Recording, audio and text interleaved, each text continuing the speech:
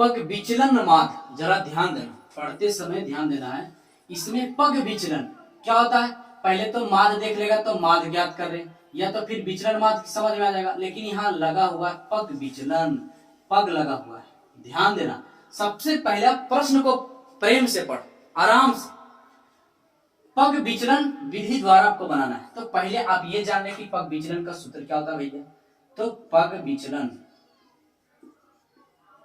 विचलन का सूत्र होता है ए प्लस सिग्मा एफ यू बटे सिग्मा एफ गुने एच होता है।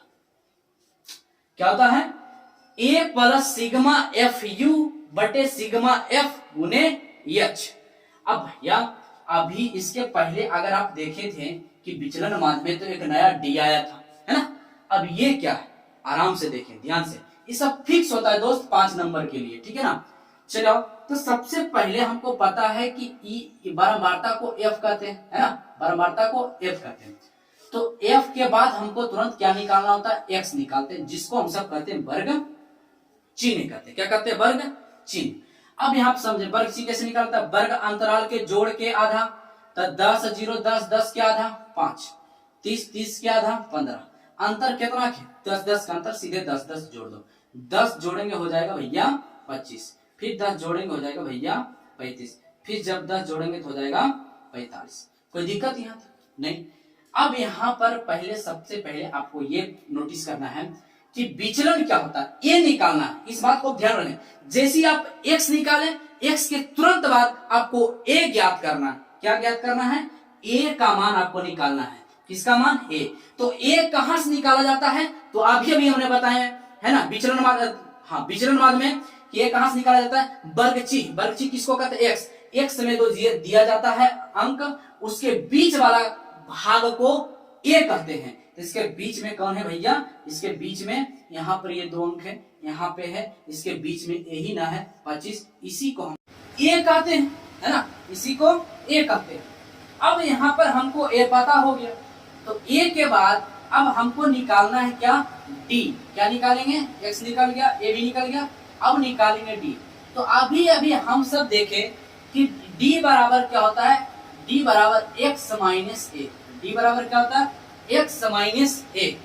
ये सब छोटा छोटा जो है ना दोस्त सूत्र, इसको आपको ध्यान में रखना होगा, नहीं तो 5 नंबर लाना इतना आसान नहीं है इसमें। अब जरा ध्यान दें, क्योंकि यही सबने ध्यान में रहेगा तो आएगा कहां से, बनेगा ही नहीं आगे। तो यहाँ पर आप ध्यान दें, d बराबर x माइनस a, तो x 5, a कितना 25, क्लियर। तो यहाँ x है आपके पास 5, माइनस a का मान है 25, घटाएंगे तो माइनस का 20, तो माइनस का 20। यहाँ पर कितना क्या होता है, घटाते समय प्लस माइनस पर ही गलत कर बैठते हैं, तो इसलिए तो बोरा में जाएगा ही।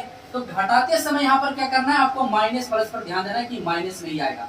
अच्छा 15, तो अब यहाँ पर क्या 15, 15 में से क्या 15 है x और a है कितना 25, अगर हम घटाएंगे तो 0, कितना बचेगा 10, तो माइनस के कितना बचेगा, माइनस का 10।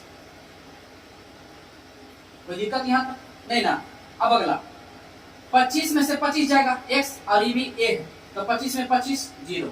अब 35 में से 25 जाएगा तो प्लस के 10 और 45 है ना, 45 में से a जाएगा मतलब 25 जाएगा, तो बचेगा कितना दोस्त 20 बचेगा, कितना 20। कोई दिक्कत यहाँ तक नहीं।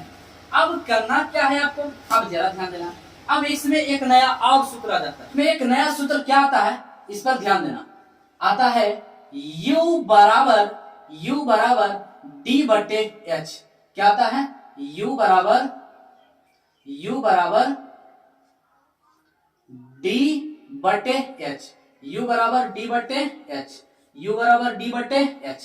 अब सोच रहे हैं कि अब ये क्या है, तो आप सूत्र को गौर से देखें, a बराबर a plus sigma F you. f तो आपको पता है, u भी अब जिसका हम इसको हल करके u निकल जाएगा, तो हमको यही तो चाहिए, एफ यू तो चाहिए, है ना।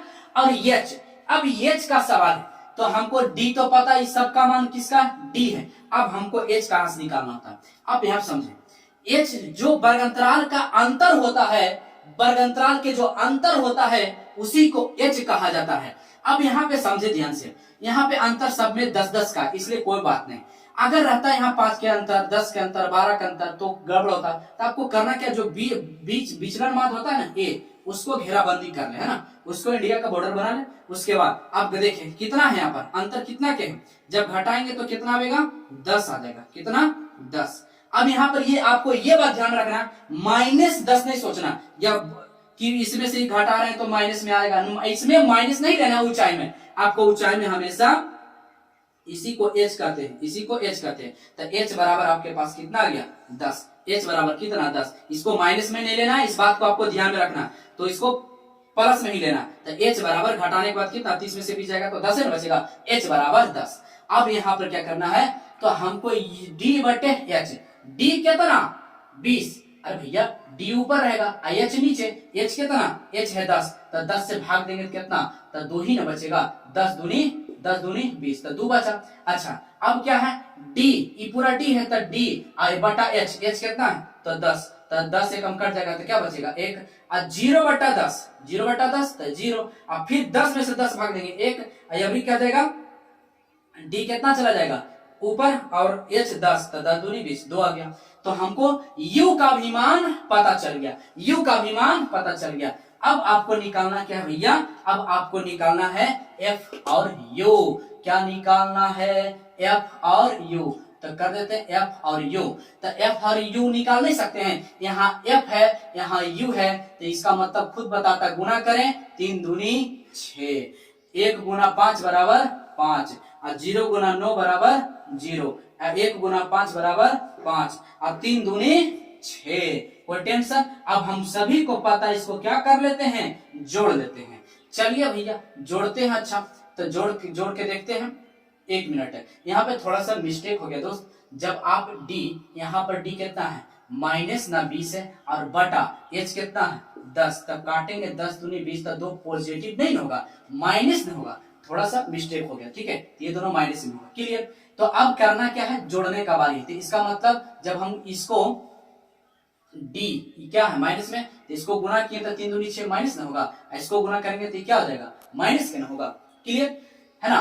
तो अब यहाँ पे आप समझिए ध्यान से, अब आपको जोड़ के लिखना है, तो पहले माइनस वालों को एक तरफ जोड़ दें, तो माइनस माइनस प्लस 6 5 11 माइनस के 11, और ये हो जाएगा प्लस का 11, तो ये घट जाएगा तो कितना बचेगा 0, तो u f u का मान 0।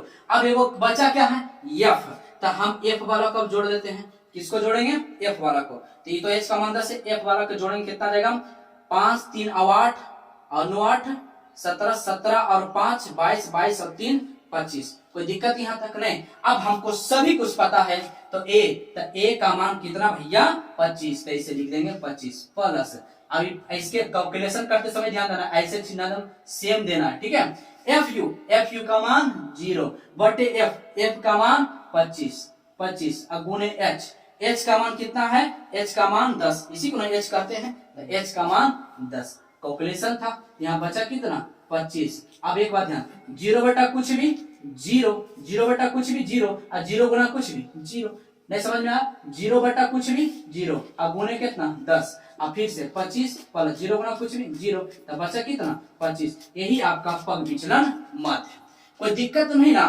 तो हमें पूरा विश्वास है आप अच्छी तरह से विचलन और पग विचलन मत समझ गए होंगे, किसी प्रकार की दिक्कत नहीं रहा होगा। अगर दिक्कत है तो वीडियो को एक बार पीछे करें, उसके बाद फिर से उसको देखने का प्रयास करें, और बहुत ही ध्यान से देखें, मजा आएगा। कोई दिक्कत यहाँ तक है ना।